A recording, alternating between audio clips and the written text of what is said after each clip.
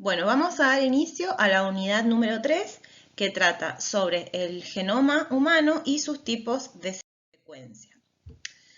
Al genoma humano vamos a iniciar el teórico con una definición que es la definición de genoma. Es la secuencia de ADN completa que contiene la información genética total de un gameto, individuo o especie. El genoma humano en su forma diploide se compone de aproximadamente 6 a 7 millones de pares de bases de ADN organizado de manera lineal en los 23 pares de cromosomas que hemos visto en las unidades anteriores. El genoma contiene aproximadamente 20.000 genes que controlan todos los aspectos del desarrollo de un individuo. Un pequeño número de genes también se encuentran codificados en la mitocondria.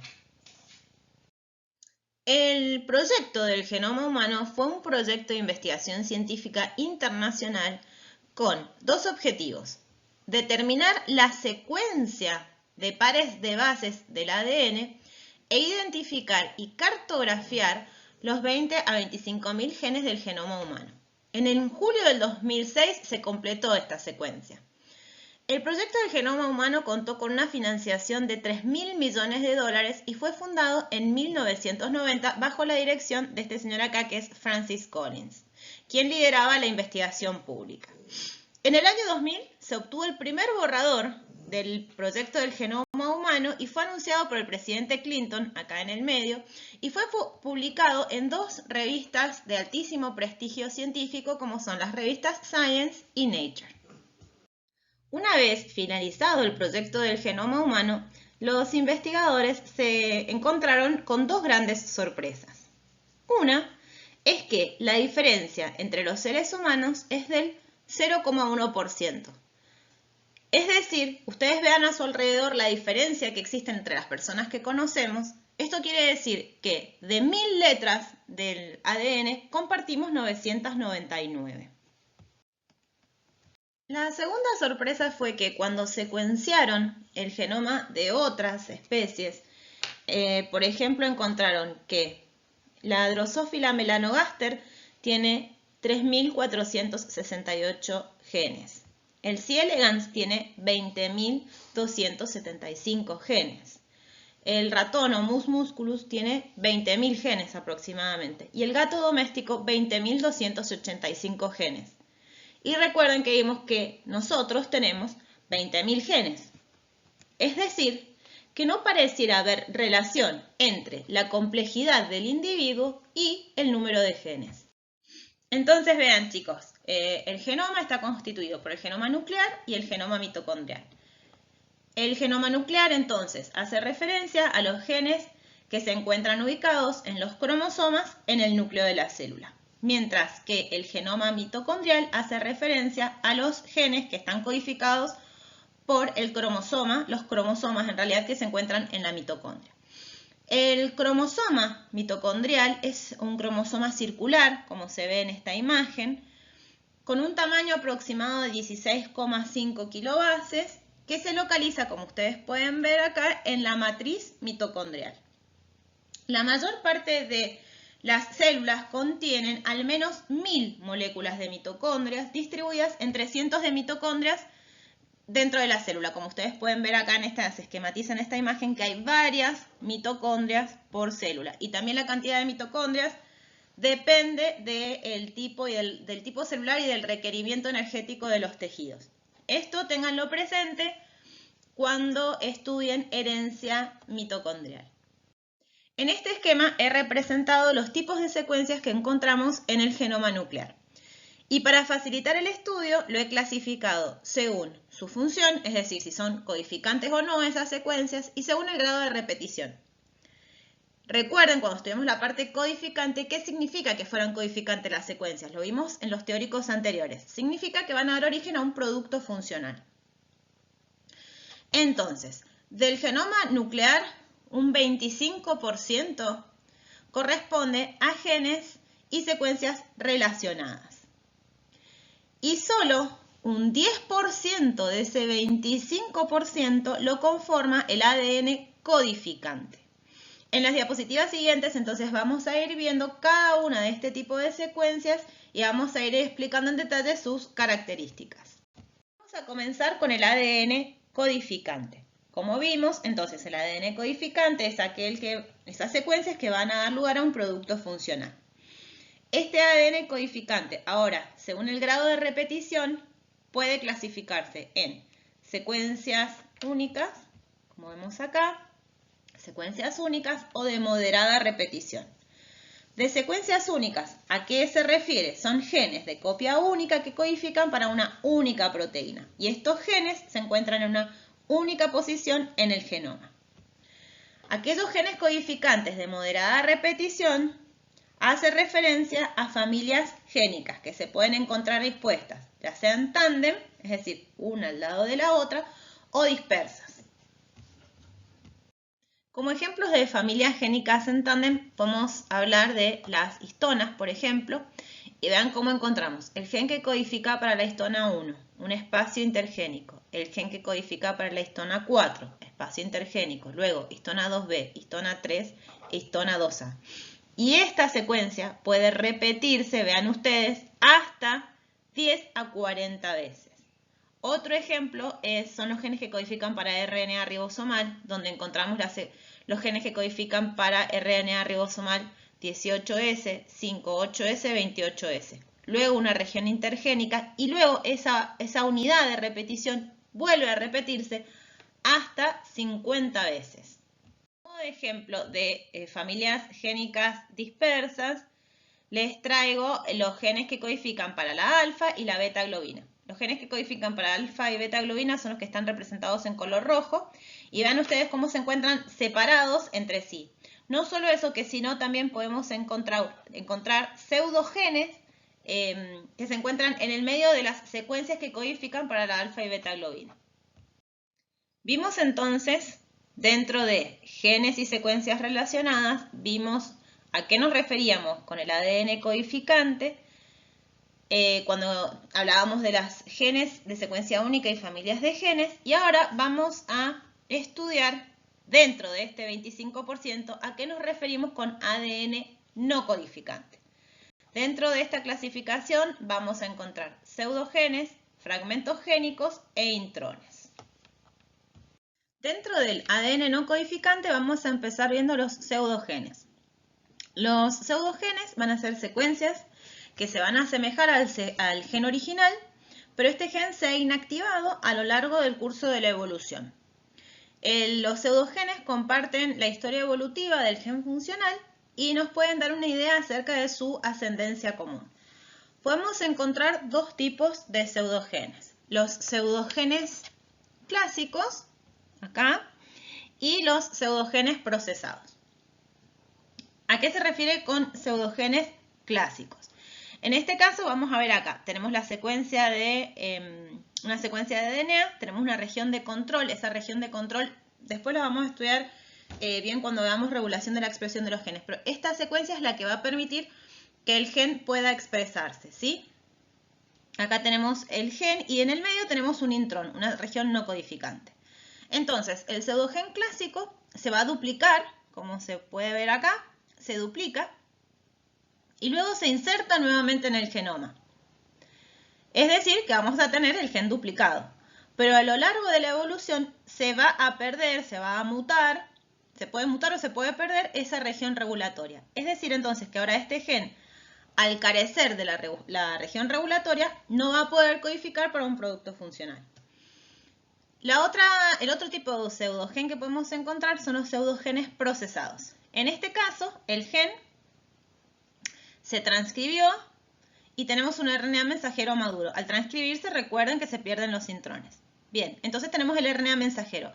Este RNA mensajero, por acción de la enzima transcriptasa inversa que vimos en el teórico sobre el dogma de la biología molecular, entonces, ¿se acuerdan de esa enzima? Esa enzima era capaz de formar DNA a partir de RNA. Entonces, este RNA mensajero se va a insertar en el genoma por acción de la transcriptasa inversa y va a formar parte entonces del genoma. Carece de intrones porque proviene de un RNA mensajero maduro y esa inserción se va a producir al azar en el genoma. No necesariamente se va a encontrar cerca del gen del cual provino. Los intrones también forman parte del ADN no codificante. Los intrones, ¿se acuerdan que lo vimos ya en el teórico pasado donde estudiamos cuando maduraba el RNA mensajero por un proceso de splicing debía perder los intrones? Bueno, entonces los intrones son regiones de ADN que forman parte de la transcripción primaria del ARN, pero a diferencia de los exones, estos son eliminados, como ya lo hemos visto, antes de la traducción. Entonces, en este ejemplo tenemos la secuencia de ADN que está formada por los exones y todos estos intrones. Durante la maduración del ARN se pierden estos intrones por el proceso de splicing y se forma el ARN mensajero maduro. Entonces, estas secuencias son secuencias de ADN, perdón, acá, estas son secuencias de ADN que forman parte del genoma, pero no son codificantes porque se pierden durante el proceso de transcripción cuando madura el ARN mensajero. Me faltó hablarles sobre los fragmentos génicos. Los fragmentos génicos son trozos de genes que han perdido su secuencia regulatoria, es decir, al carecer entonces de la secuencia regulatoria no van a codificar a un producto funcional, y estas secuencias regulatorias las pueden haber perdido por mutaciones o por deleciones de esas regiones. Entonces, hemos visto, ya hablamos de genes y secuencias relacionadas, hablamos de ADN codificante, dentro del ADN codificante vimos a los genes de secuencia única y a la familia de genes, y luego hablamos de ADN no codificante, donde vimos pseudogenes, intrones y fragmentos génicos. Ahora vamos a estudiar el ADN extragénico. Del ADN extragénico vamos a comenzar con aquel que está o que se encuentra de moderado a altamente repetitivo en el genoma. Bien, antes de comenzar a ver los tipos de secuencias que encontramos dentro de este ADN extragénico, vamos a repasar dos conceptos que son importantes para que puedan entender tipos de secuencias que vamos a ver más adelante. Entonces, podemos, como ya habíamos hablado en familia de genes, hablábamos de repeticiones en tándem o repeticiones dispersas. Entonces, acá tenemos una unidad de repetición. ¿A qué se refiere? ¿A qué hace referencia el término unidad de repetición? Yo tengo esta secuencia. A, T, G, C, C, G, A, T, T. Esa secuencia esa es la unidad de repetición. Y esa unidad de repetición puede encontrarse una al ladito de la otra. A eso se llaman repeticiones en tándem. O bien podemos tener esa unidad de repetición, pero dispersa, como se ve acá en la imagen, más separadas a lo largo del genoma. Vamos a comenzar entonces, ahora que ya repasamos los conceptos de tándem y disperso, vamos a comenzar a estudiar repeticiones en tándem o agrupadas dentro, recuerden, del ADN extragénico, y vamos a hablar de ADN satélite, mini satélite y microsatélite. Al ADN satélite se lo llamó así porque cuando se hacen centrifugaciones en gradientes de densidad de ADN genómico, se obtiene la banda principal y se obtiene la banda satélite. Esta banda satélite a esta banda principal hace referencia, no hace referencia, sino que corresponde a este tipo de secuencias. Ahora las vamos a estudiar, vamos a ver a qué se refiere ADN satélite, mini satélite y microsatélite.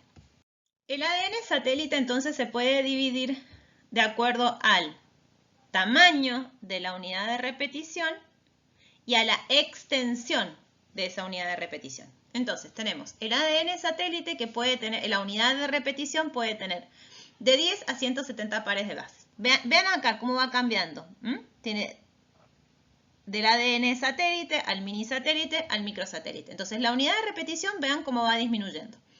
En el ADN satélite dijimos que puede tener de 10 a 70 pares de bases. Y la unidad de repetición, es decir, la cantidad de veces que se repite esa unidad de repetición, puede tener de 100 kilobases a una megabase. Luego en el ADN mini satélite disminuyó, como dijimos, la unidad de repetición. Puede ser de 6 a 25 pares de bases, es más pequeña, y esa unidad de repetición también disminuye. Puede ser de 100 pares de bases a 100 kilobases. Y finalmente el ADN microsatélite, como su nombre lo indica, va disminuyendo. La unidad de repetición es mucho menor, de 2 a 50 pares de bases. En este caso tenemos una secuencia de citosinas adeninas, citosina adenina, citosina adenina, y así que se va repitiendo hasta 150 pares de bases. En esta imagen podemos ver los distintos tipos de ADN satélite ubicados en el cromosoma. En los telómeros, acá, en los telómeros, encontramos ADN minisatélite. Existen repeticiones exactas de la secuencia T, T, A, G, G, y esta secuencia puede repetirse entre 2000 y 10.000 veces.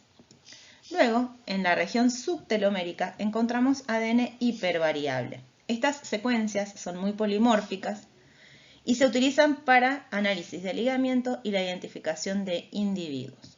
Luego, en los centrómeros de los cromosomas, nos encontramos con ADN alfoide. Es un ADN satélite cuya unidad de repetición es de 171 pares de bases en bloques que ocupan megabases de ADN. Y finalmente, a lo largo de todos los cromosomas podemos encontrar ADN microsatélite. Este tipo de ADN se utiliza como marcador genético. Algunos de los microsatélites pueden ser intragénicos y se relacionan con patologías conocidas como enfermedades por amplificación de microsatélites.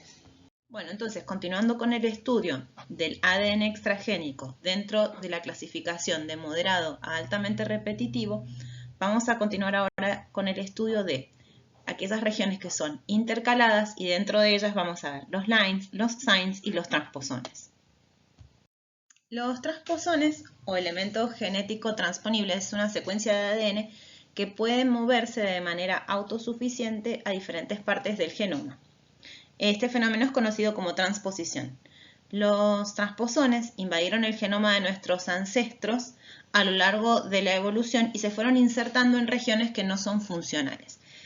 Los transposones le dieron plasticidad a nuestro genoma a lo largo de la evolución. Acá vemos un mecanismo de transposición o un transposón de ADN, donde este transposón se copia a sí mismo y luego por acción de una enzima llamada transposasa puede insertarse en otra región en el genoma. Los transposones generalmente se encuentran silenciados y no se están moviendo todo el tiempo a lo largo del genoma. Estos mecanismos, este silenciamiento puede ser ya sea por mecanismos epigenéticos o por mecanismos genéticos como mutaciones que bloquean que estos transposones puedan estar saltando a lo largo del genoma. Bueno, acá va otra pregunta para pensar. Yo les acabo de decir que los transposones son elementos genéticos que son capaces de moverse o de saltar a lo largo del genoma y que estos normalmente están silenciados. ¿Qué sucede, como en el caso de la imagen que estamos viendo, si un transposón se activara y saltara a un determinado gen, pero que este gen tiene una función, por ejemplo, de suprimir el desarrollo tumoral? ¿Qué pasaría con ese gen? Ahora vamos a ver entonces los line y los sign. Vamos a empezar con los line. Line viene de long interspread nuclear elements. Son secuencias de ADN repetitivas transponibles, son retroposones, es decir, que se mueven a través de un intermediario de ARN, que ya lo vamos a ver. Suelen tener unos 6 kilobases de longitud, de ahí viene long, porque los short es menor esa longitud, y en el genoma aparecen aproximadamente unas 850.000 veces. Comprenden aproximadamente el 21% del genoma humano y un ejemplo es la familia L1. Los sign viene de Short Interspread Nuclear Elements, también son secuencias de ADN transponibles, también utilizan intermediarios de ARN, pero en este caso las secuencias son más cortas, de 300 nucleótidos, y se ubican en regiones ricas en citosinas guaninas. Y en los seres humanos esta familia comprende más del 5% del genoma humano. Entonces, en esta diapositiva les muestro cómo sería un retrotransposón.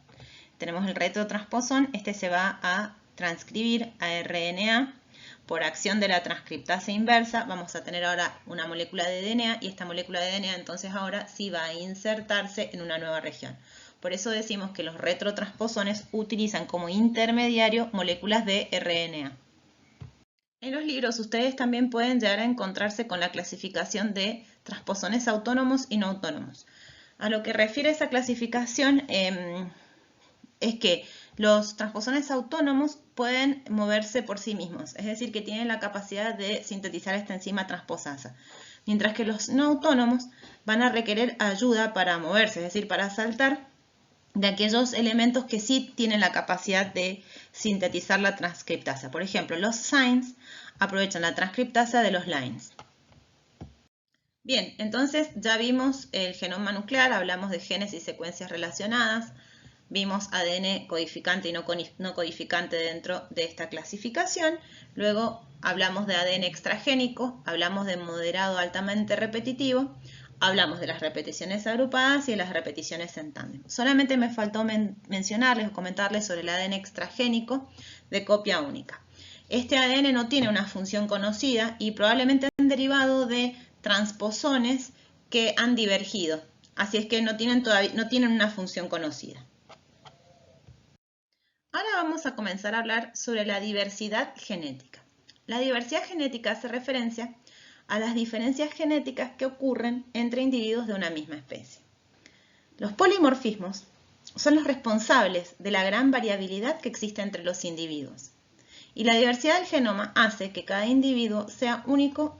El polimorfismo se define como la existencia simultánea en una población de genomas con distintos alelos para un locus determinado. Ya vamos a ver bien esto en detalle. Un locus es polimórfico cuando está presente en más del 1% de la población. Los tipos de polimorfismos que vamos a estudiar en esta unidad son los polimorfismos de nucleótido único o SNPs, los polimorfismos de longitud de fragmento de restricción o RFLPs, y los polimorfismos en el número de repeticiones en tándem o VNTRs. Vamos a comenzar entonces con los SNPs. Son polimorfismos en la secuencia de DNA que consiste en la variación de una única base. Por ejemplo, acá tenemos una determinada región en el genoma donde este individuo va a tener una adenina, en esa misma región, pero en otro individuo va a haber una guanina, y en esa misma región, pero en otro individuo va a haber una timina. Los SNPs constituyen hasta el 90% de todas las variaciones genómicas humanas y aparecen cada 1300 bases aproximadamente.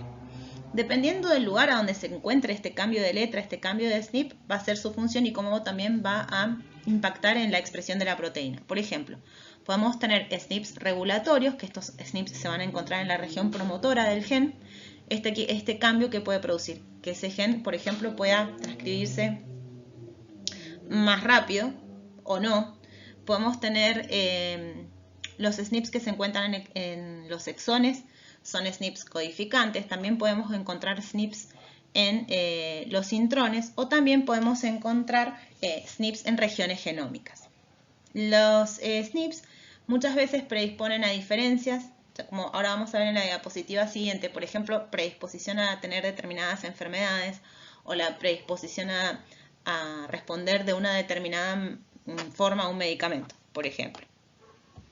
Bueno, en este caso les traigo a modo de ejemplo y para que ustedes puedan visualizar cómo los SNPs pueden afectar y pueden presentar variabilidad en cuanto, en este caso, a la presentación de síntomas de una bronquitis viral aguda. Este fue un trabajo que se realizó en Brasil y lo que encontraron los investigadores fue lo siguiente. Ellos vieron que habían bebés que presentaban bronquitis viral que tenían síntomas muy leves o casi ausencia de estos síntomas. Había otro grupo de bebés que tenían síntomas leves y otros que tenían síntomas muy graves. Cuando fueron a analizar entonces el genoma de esos bebés, lo que ellos encontraron fue que ese cambio en el fenotipo en cuanto a los síntomas frente a la bronquitis viral aguda se debía a la presencia de un SNP, es decir, de un cambio en un único nucleótido. Entonces lo que encontraron fue que, esto es a modo de ejemplo, ¿no? Pero que los bebés que tenían ausencia de síntomas presentaban en una determinada región, presentaban una adenina. En esa misma región, aquellos bebés que en lugar de tener una adenina tenían una guanina, tenían síntomas leves. Pero en esa misma región, aquellos bebés que tenían una timina presentaban síntomas graves frente a la bronquitis viral aguda. Entonces, les repito, este es un ejemplo bastante concreto de cómo un SNP, en este caso, afecta un fenotipo en cuanto a la presencia de síntomas de una bronquitis viral. Vamos a ver entonces ahora los RFLPs. Este tipo de polimorfismo resulta de la variación de secuencias de ADN reconocidas por enzimas de restricción. Primero entonces vamos a empezar repasando qué es una enzima de restricción. Una enzima de restricción son enzimas justamente capaces de cortar moléculas de ADN. Es decir, se los podría considerar como tijeras moleculares. Estas enzimas se obtienen de bacterias y se utilizan en técnicas de biología molecular. Pero, ¿qué sucede con respecto a los RFLPs? Nosotros podemos tener una determinada secuencia de ADN, esto se realiza in vitro, ¿no? Es decir, en un tubo de ensayo. Nosotros podemos tener una determinada secuencia de DNA. En esta secuencia de DNA vamos a encontrar una secuencia que es reconocida por la enzima EcoR1. Esta es la enzima de restricción. Entonces tenemos la secuencia GAATTC. Esa secuencia es reconocida por esta enzima EcoR1. Entonces, en el tubo de ensayo, cuando nosotros ponemos la molécula de DNA en presencia de esa enzima va a encontrar este sitio y como es una tijera molecular, lo va a cortar y luego en un gel, en una técnica de biología molecular, yo les voy a subir un video para que les resulte más claro esto. Nosotros vamos a correr esto en un gel y vamos a ver dos fragmentos, ¿sí? Es decir, como la enzima reconoció su sitio, cortó y vamos a tener dos fragmentos. Ahora, si esa secuencia, esa región es polimórfica, es decir, que cambia una letra por otra, como en este caso cambio una T por una C, ahora cuando pongamos la enzima en ese tubo de ensayo con este fragmento de DNA, esta enzima no va a poder cortar porque no reconoce esa secuencia. Entonces, cuando corramos el gel, no vamos a ver dos fragmentos, sino uno solo. A esto hace referencia este tipo de polimorfismo. Bueno, ahora vamos a hablar sobre los VNTRs o los Variable Number of Tandem Repeats o variación en el número de las repeticiones en tándem. Para poder comprender este tipo de polimorfismo debemos repasar entonces los que vimos hace un ratito respecto de las unidades de repetición y la extensión de las unidades de repetición cuando hablábamos de mini satélites y microsatélites. ¿Se acuerdan ustedes entonces que teníamos una unidad de repetición y esta se repetía en tándem? Y que entre mini satélite y microsatélite variaba la extensión, es decir, la cantidad de veces que se repite. Bien, los VNTRs hacen referencia entonces a que en una población podemos encontrar alelos en los cuales estas repeticiones varíen. Por ejemplo, en la población podemos encontrar alelos, es un ejemplo, que la repetición, una determinada repetición, por ejemplo, se repita 3 veces. También en la población podemos encontrar alelos en los cuales esa repetición se dé 6 veces o más veces. A eso hace entonces referencia a los VNTRs, a la variación que hay entre la población en cuanto a la cantidad de veces que se va a repetir esa unidad de repetición en una secuencia, ya sea mini satélite o microsatélite. ¿Y cuál es la utilidad de los polimorfismos en genética médica? Bueno, los polimorfismos pueden utilizarse para el diagnóstico presintomático y prenatal de enfermedades genéticas, para la detección de portadores de trastornos genéticos, evaluación de personas con riesgo a predisponer para determinadas patologías. También se puede utilizar para pruebas de paternidad y aplicaciones forenses, para análisis de compatibilidad, para trasplantes de tejidos y órganos y para el mapeo de genes en cromosomas individuales mediante análisis de ligamiento.